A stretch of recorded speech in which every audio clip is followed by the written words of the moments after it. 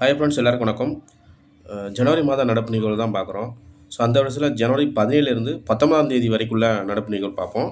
இதில் ஃபஸ்ட்டு பாருங்கள், எந்த ஆண்டு முதல் ஊதிய குழுக்களை மத்திய அரசு அமைத்து வருகிறது? சரிங்களா, எந்த ஆண்டுலேருந்து ஊதிய குழு மத்திய அரசு அமைத்து வருதுன்னா 1947ஆம் ஆண்டிலிருந்து மத்திய அரசு ஊதிய குழுவை நியமித்து வருகிறது. மத்திய அரசின் ஊதியத்தை மாற்றி அமைப்பதற்காக 10 ஆண்டுக்கு ஒரு முறை ஊதிய குழுவை மத்திய அரசு நியமிக்கும். சரிங்களா, அதாவது அரசு ஊழியரோட ஊதியத்தை மாற்றி அமைப்பதற்காக 10 ஆண்டுக்கு ஒரு முறை தான் ஊதிய குழுவை மத்திய அரசு அமைக்கும். சரிங்களா, 7வது ஊதிய குழு கடந்த 2016ஆம் ஆண்டு அமைக்கப்பட்டு 2026இல் முடிவடைகிறது. சரிங்களா, அதனால தான் 8வது ஊதிய குழுவை அமைக்க மத்திய அரசு திட்டமிட்டுள்ளது. சரிங்களா, அடுத்து பார்த்தீங்கன்னா 2வது கொஸ்டின் பாருங்கள். இந்திய விண்வெளி ஆய்வு நிறுவனத்தின் சதீஷ் தவான் ஆய்வு மையத்தின் 3வது ஆய்வு மையத்தை அமைக்க திட்டமிடப்பட்ட மாநிலம் எதுனா ஆந்திரா. சரிங்களா, அதாவது எங்கே திட்டமிடப்பட உள்ளதுன்னா ஆந்திராவில் ஸ்ரீஹரிகோட்டாவில் தான் திட்டமிடப்பட்ட உள்ளது. மொத்தம் 2 ஏவுதளம் அங்கே ஆந்திராவில் ஸ்ரீஹரிகோட்டாவில் இருக்குது. இப்போ 3வதாக ஒரு ஏவுதல் மையம் கட்டப்பட உள்ளது. சரிங்களா, அது முதல் ஏவுதளம் 1990 தான் கட்டப்பட்டது. ஸோ அந்த ஏவுதளத்திலிருந்து 1993 செப்டம்பர் 20ஆம் தேதி முதல் ராக்கெட் ஏற்பட்டது. சரிங்களா, ஸோ 2வது ஏவுதளம் 2005 தான் செயல்பாட்டுக்கு வந்தது. 2005 மே 5ஆம் தேதி தான் அங்கேருந்து முதல் ராக்கெட் ஏவப்பட்டது. சரிங்களா, இப்போ அடுத்ததாக 3வது ஏவுதளம் ஸோ அதே மாநிலத்தில் ஸ்ரீஹரிகோட்டாவில் கட்டப்பட உள்ளது. ஸோ இதில் பார்த்தீங்கன்னா GSLV மார்க் 3 என்று அழைக்கப்பட்ட LVM-3 ராக்கெட் உட்பட அனைத்து வகை ராக்கெட் ஏவுவதற்கான திறனுடன் 3வது ஏவுதளம் அமைய உள்ளது அப்படின்னு சொல்லியிருக்காங்க. சரிங்களா, அடுத்தது 3வது கொஸ்டின் பாருங்கள். முல்லை பெரியாறு அணையின் பாதுகாப்பு மற்றும் பராமரிப்பு பணி குழுவின் தலைவர் யாருன்னா அனில் ஜெயின். சரிங்களா, ஸோ இந்த முல்லை பெரியாறு அணையின் பாதுகாப்பு மற்றும் பராமரிப்பு குழுவில் மொத்தம் எத்தனை பேர் இருக்காங்கன்னா 7 பேர் கொண்ட குழுவை மத்திய அரசு அமைத்துள்ளது. சரிங்களா, எத்தனை பேர்னா 7 பேர். அவர் தலைவர் யாருன்னா அனில் ஜெயின். சரிங்களா, அணை பாதுகாப்பு சட்டம் 2021. சரிங்களா, அடுத்து பார்த்தீங்கன்னா 4வது கொஸ்டின் பாருங்கள்.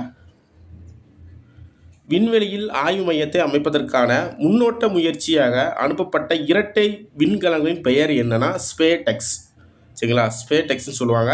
ஸோ இரட்டை விண்கலங்கள். சரிங்களா, பாரதிய அந்தரிக்ஷா ஸ்டேஷன் என்னும் ஆய்வு நிலையத்தை 2035ஆம் ஆண்டுக்குள் விண்ணில் நிறுவ இஸ்ரோ திட்டமிட்டிருக்கிறாங்க. சரிங்களா, ஸோ இதற்கான பிரத்யேக விண்கலன்கள் 2028 விண்ணில் செலுத்தப்பட உள்ளது அப்படின்னு தெரிவித்திருக்கிறாங்க. சரிங்களா, ஸோ இதே மாதிரி பார்த்தீங்கன்னா விண்வெளி டாக்கிங் தொழில்நுட்பத்தை முன்னெடுத்த 4வது நாடு எது அப்படின்னா இந்தியா. சரிங்களா, 4வது நாடு இந்தியா. அதே மாதிரி முதல் இடத்துல எந்த நாடு இருக்குது பார்த்தீங்கன்னா முதல் இடத்துல அமெரிக்கா, அடுத்து சீனா, அடுத்து ரஷ்யா. சரிங்களா, இதுக்கு அடுத்தபடியாக இந்தியா அதாவது விண்வெளியில் என்னென்னா தொழில்நுட்பத்தை முன்னெடுத்த 4 நாடு இந்தியா. சரிங்களா, அடுத்து பாருங்கள். அடுத்து 5வது கொஸ்டின் பாருங்கள்.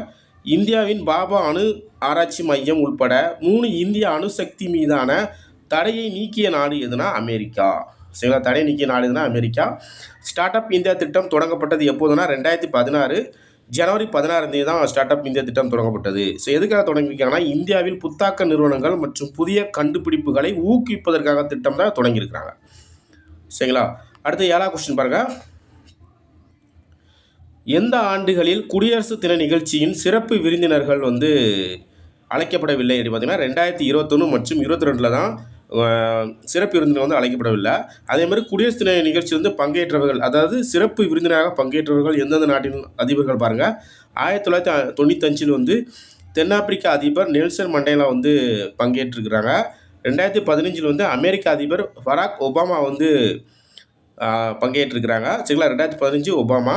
அடுத்தது 2020 பிரேசில் அதிபர் யாருன்னா ஜெயிர் போல்சனாரோ அவங்க பங்கேற்றிருக்கிறாங்க.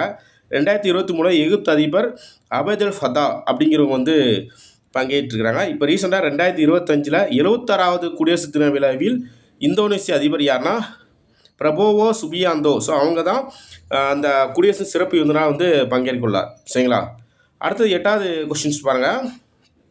சுனிதா வில்லியம்ஸ் விண்வெளியில் எத்தனை ஆண்டுகளுக்கு பின் முதல் முறையாக நடந்தார் அப்படின்னு பார்த்தீங்கன்னா 12 ஆண்டுகளுக்கு அப்புறமா, அதாவது 12 ஆண்டுகள் கழித்து இப்போ தான் நடக்கிறார் விண்வெளியில். சரிங்களா, அடுத்தது முதலமைச்சர் விரிவான காப்பீடு திட்ட செயல்பாடுகளில் முதல் 5 இடங்களில் ஒன்றாக எந்த மாவட்ட தலைமை அரசு மருத்துவமனை சிறந்த சேவைக்கான விருது வாங்கியுள்ளதுன்னா தென்காசி அரசு மாவட்ட தலைமை மருத்துவமனை தான் இந்த விருது வாங்கியிருக்கிறாங்க.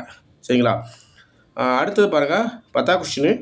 பருவநிலை காரணமாக செல்ல பிராணிகளிடையே அதிகரிக்கும் தொற்று எதுனா பார்வோ வைரஸ். சரிங்களா? இப்போ அதிகமாக நாய்களுக்கு தான் அதிகமாக பரவிட்டு இருக்கு அப்படின்னு சொல்கிறாங்க. சரிங்களா? Parvo virus.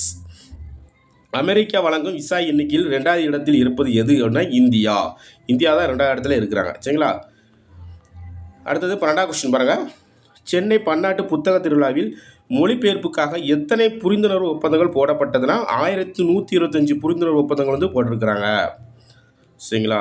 அடுத்தது எந்த நாட்டில் உள்ள கலாச்சார மையத்துக்கு தமிழ் புலவர் திருவள்ளுவர் பெயர் சூட்டப்பட்டுள்ளதுன்னா இலங்கையில் உள்ள யாழ்ப்பாணத்தில் உள்ள ஒரு கலாச்சார மையத்துக்கு தான் திருவள்ளுவர் பெயர் வந்து வச்சுருக்கிறாங்க. சரிங்களா? ஸோ முக்கியம் நோட் பண்ணிக்காங்க. பிரிக்ஸ் கூட்டமைப்பின் ஆப்பிரிக்காவின் எந்த நாடு சேர்க்கப்பட்டுள்ளது பார்த்தீங்கன்னா நைஜீரியா தான் புதுசாக பிரிக்ஸில் வந்து சேர்த்துருக்குறாங்க. சரிங்களா? அடுத்த கொஸ்டின் பாருங்கள், 15வது கொஸ்டின். இந்தியா உள்பட 9 நாடுகளின் கடற்படைகள் பங்கேற்ற கூட்டு பயிற்சி எதுனா லா ஃபெரோசே கூட்டு பயிற்சி. சரிங்களா? இந்த லா ஃபெரோசே கூட்டு பயிற்சியில் எத்தனை நாடுகள் பங்கேற்றனா 9 நாடுகள். நல்லா ஞாபகம் வச்சுக்கோங்க. அடுத்து 16வது கொஸ்டின். இந்தியாவில் செமிகண்டக்டர் உற்பத்தி சூழலை வளர்க்க எந்த 2 நாடுகள் ஒன்றிணைந்து பணியாற்றி வருகின்றன அப்படின்னா இந்தியாவும் சிங்கப்பூர் தான் பணியாற்றி வருகின்றன. சரிங்களா? எந்த நாடுனா இந்தியா, சிங்கப்பூர். எதற்காகனா செமிகண்டக்டர் உற்பத்தி சூழலை வளர்க்க. சரிங்களா? அடுத்தது 17வது கொஸ்டின்ஸ் பாருங்கள். இணைய குற்ற புலனாய்வில் விசாரணையில் ஒத்துழைப்பை விரிவுபடுத்தும் புரிந்துணர்வு ஒப்பந்தம் எந்த நாடு 2 நாடுகளே ஒப்பந்தம் போட்டிருக்காங்கன்னா இந்தியாவுக்கும் அமெரிக்காவுக்கும் இடையே தான் ஒரு புரிந்துணர்வு ஒப்பந்தம் போட்டிருக்காங்க. எதுக்கான இணைய குற்ற புலனாய்வில் விசாரணைக்கு ஒத்துழைப்புக்காக. சரிங்களா? அடுத்தது எலுமிச்சை நறுமணத்துடன் கூடிய மிளகு தாவரத்தை கண்டறிந்தவர் யார்? சரிங்களா? அது வந்து ஸ்ரீலட்சுமி. அவங்க வந்து புதுச்சேரியை சேர்ந்தவங்க. சரிங்களா? எலுமிச்சை அந்த மிளகு வந்து எலுமிச்சை சுமல் அடிக்குமா. ஸோ அந்த மிளகை வந்து கண்டறிந்திருக்கிறாங்க. அது யாருன்னா ஸ்ரீலட்சுமி, புதுச்சேரியை சேர்ந்தவர்கள். அடுத்தது பார்த்தீங்கன்னா 85வது அகில இந்திய அவைத்தலைவர்கள் மாநாடு நடைபெற்ற மாநிலம் எது? 85வது அகில இந்திய அவைத்தலைவர்கள் மாநாடு நடைபெற்ற மாநிலம் எதுனா பீகாரில் உள்ள பாட்டாவில் தான் நடைபெற்றிருக்கு. சரிங்களா? 2024ஆம் ஆண்டுக்கான சிறந்த வீரர், அதாவது ஐசிசி வழங்கும் சிறந்த வீரர் விருதை பெற்ற கிரிக்கெட் வீரர் யாருன்னா பும்ரா. சரிங்களா? அடுத்து 21வது கொஸ்டின் பாருங்கள். பிளாஸ்டிக் கழிவுகளை இறக்குமதி செய்ய தடை விதித்த நாடு எதுனா தாய்லாந்து. பிளாஸ்டிக் கழிவுகள் வந்து இறக்குமதி செய்ய தடை விதித்த நாடுனா தாய்லாந்து சொல்லியிருக்கிறாங்க. சிங்கப்பூரின் கௌரவ குடிமகன் விருது பெற்றவர் யாருன்னா தருண்தாஸ். சரிங்களா? கௌரவ குடிமகன் விருது பெற்றவர் யாருன்னா தருண்தாஸ். எந்த ஊர்னா அதான் எந்த நாடுனா சிங்கப்பூர். சரிங்களா? அடுத்த கொஸ்டின் பாருங்கள், 25வது கொஸ்டின் பாருங்கள். புமா இந்தியாவின் பிராண்ட் தூதராக நியமிக்கப்பட்டவர் என்ன? பிவி சிந்து. சரிங்களா? பிவி சிந்து நல்லா ஞாபகம் வச்சுக்கோங்க. அடுத்தது 24வது கொஸ்டின்ஸ் பாருங்கள். தேசிய மஞ்சள் வாரியம் தொடங்கப்பட்ட மாநிலம் எதுனா தெலுங்கானாவில் நிஜாமாபாத்தில் தான் தேசிய மஞ்சள் வாரியம் வந்து தொடங்கியிருக்கிறாங்க. ஸோ உலகளாவிய மஞ்சள் உற்பத்தியில் வந்து 62% வந்து இந்தியா பெற்றுள்ளது. சரிங்களா? உலகத்திலே அதிக மஞ்சள் சேதம் 62 இந்தியா தான் பெற்றுள்ளது. அதே மாதிரி 2030க்குள்ள அந்த மஞ்சள் ஏற்றுமதியில் $1 பில்லியன் அதிகப்படுத்தணும் அப்படின்னு தான் இந்த தெலுங்கானாவில் நிஜாமாபாத் தேசிய மஞ்சள் வாரியம் தொடங்கப்பட்டிருக்காங்க அப்படின்னு சொல்லியிருக்கிறாங்க. சரிங்களா? அடுத்தது மணற்கேலி செயலி வந்து எதற்காக பயன்படுத்தப்பட உள்ளது அப்படின்னு பார்த்தீங்கன்னா கல்விக்காக தான் இந்த செயலி வந்து பயன்படுத்தியிருக்கிறாங்க. சரிங்களா? ஸோ கரண்ட் அஃபேர்ஸ் எல்லாம் அவ்வளோதான். ஸோ இதெல்லாம் பார்த்து படிச்சுக்கோங்க. தேங்க்யூ.